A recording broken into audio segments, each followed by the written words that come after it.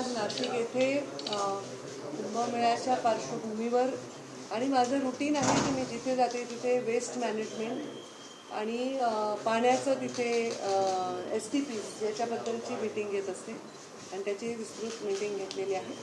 फार वॉरफूटवर काम चालू आहे कुंभमेळ्याचं आणि सगळ्या देशामध्ये आता एक वातावरण आहे, लोक मोठ्या संख्येने येण्याची शक्यता आहे आणि त्याच्याबद्दल कॉर्पोरेशनचं आणि जिल्हा अधिकाऱ्यांचं काय प्लॅनिंग आहे याची डिटेल बैठक मी घेतलेली आहे आणि काही सूचना त्यांना केल्या आणि काही त्यांचे रिक्वेस्ट आहेत त्या आम्ही आमच्या पर्यावरण खात्याच्या माध्यमातून त्यांना काय मदत करता येईल त्याच्यावर परत 1-2 बैठक आणखी घेऊ.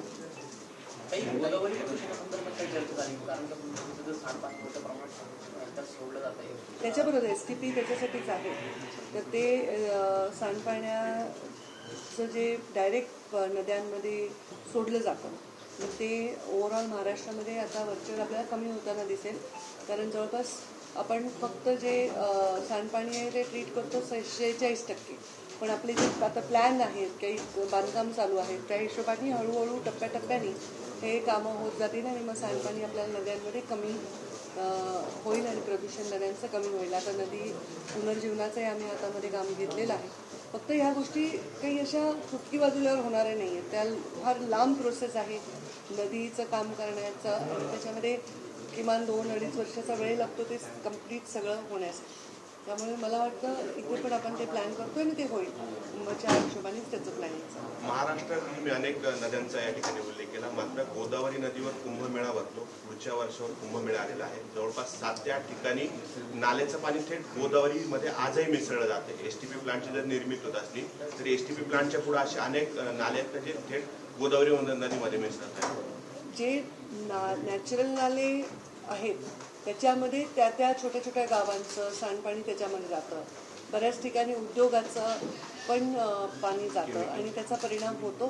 त्यामुळेच एवढी गांभीर्याने बैठक घेतली. मी इथे म्हणून नाही, आता इथे कुंभमेळा आहे पण जिथे नाही आहे त्याही ठिकाणी हेच बैठक घेतो. कारण आता आपण त्या फेजमध्ये आहोत जिथे आपण सांडपाणी 100% ट्रीट करण्याचा हिशोबाने आपण महाराष्ट्र प्लॅन करत आहेत आणि आपल्या नद्या कशा कमी प्रदूषित होत जातील.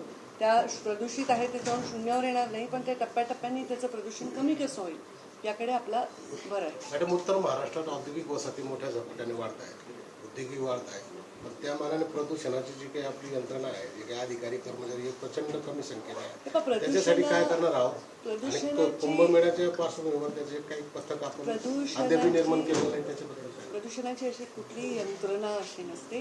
प्रदूषण कमी करण्याची यंत्रणा असते आणि आमचं जे खातं आहे ते खातं त्याच्यावर निरीक्षण करतं आणि नियंत्रण करतं.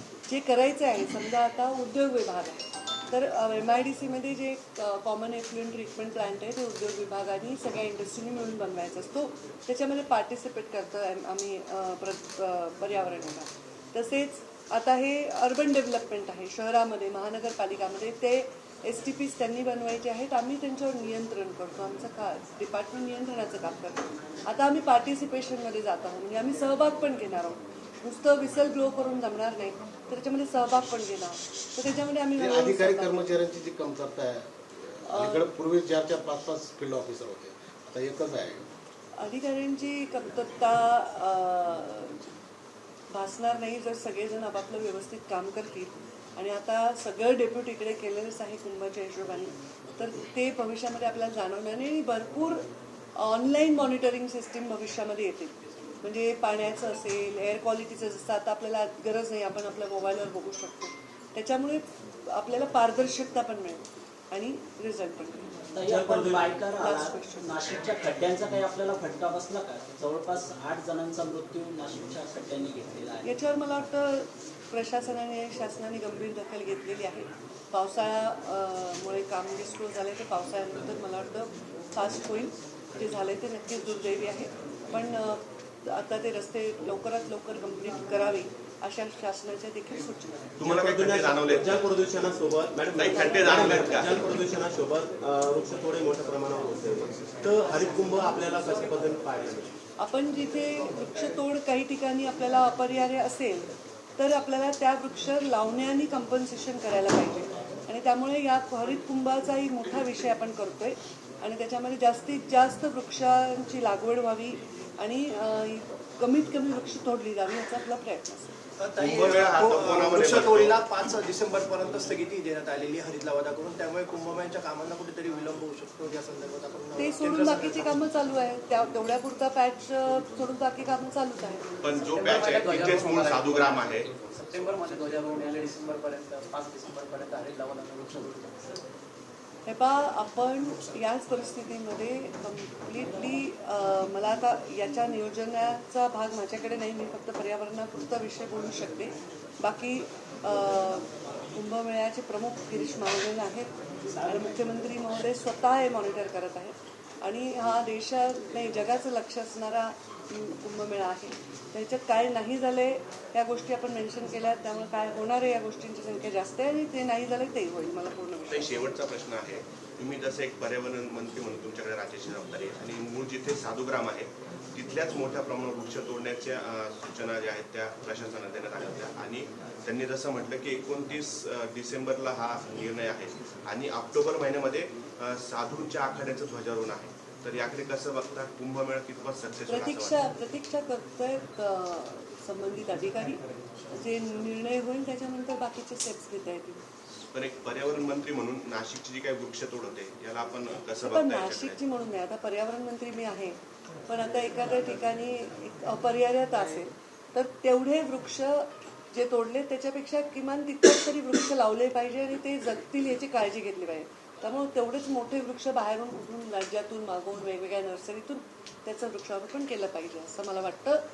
मी पर्यावरण मंत्री नंतर आधी पर्यावरण प्रेमी आहे, तर ते माझं कर्तव्य प्रत्येकाने जर केलं तर तो विषय मार्गी लागतो.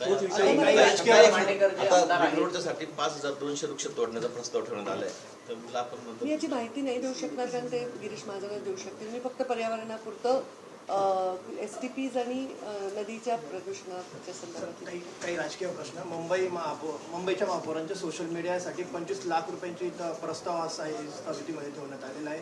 नेमकं महापौरांच्या प्रसिद्धीसाठी 25 लाख रुपये देणं योग्य? मी याचं उत्तर देणार नाही कारण मी दुसऱ्या कोणत्याही व्यक्तीच्या गोष्टींवर टिप्पणी करण्याचं मला आवश्यकता वाटत नाही. दुसरं, महानगरपालिकेतल्या कामकाजावर मी माहिती नसल्यामुळे टिप्पणी करणं योग्य नाही. टिप्पणी नाही मॅडम, तो जो काही खर्च होतो आहे त्यांच्या सोशल मीडियासाठी तो योग्य आहे की अयोग्य एवढंच फक्त आम्हाला ते नियमाप्रमाणे कोणत्याही योजनेला त्या योजनेचं किंवा त्या व्यक्तीचं विषयाचं प्रमोशन करण्यासाठी जो बांधील आणि नियमाने खर्च असेल तो होत असेल तर योग्य आहे आणि त्याच्यावर होत असेल तर अयोग्य. पुण्यातील जुन्नरमध्ये आमदारांच्या गावात एका 10 वर्षीय मुलीवर अत्याचार करण्यात आला, त्याची हत्या देखील करण्यात आली.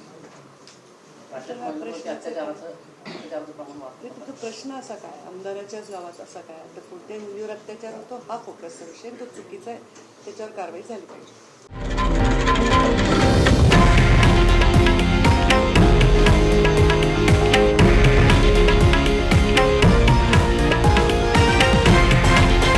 हे आहे देशातील नंबर 1 न्यूज नेटवर्क आणि आपण पाहत आहात TV9 मराठी, एकमेव.